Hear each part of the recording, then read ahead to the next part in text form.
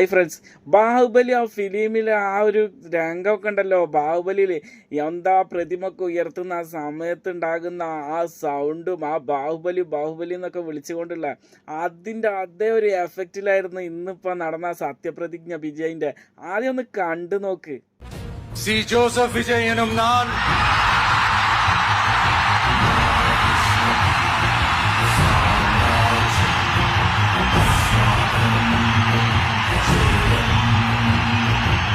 சட்டப்படி அமைக்கப்பெற்ற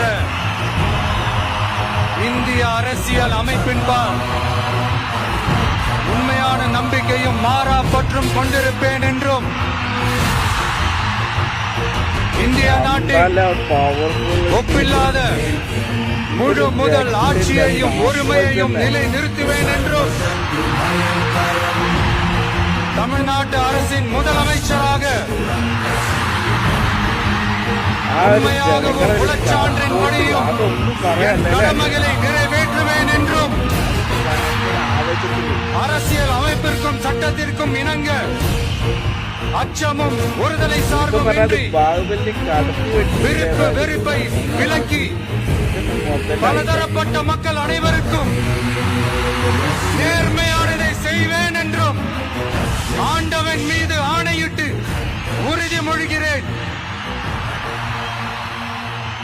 ഇതൊരു cinema dialogue പോലത്തെ ഡയലോഗല്ല.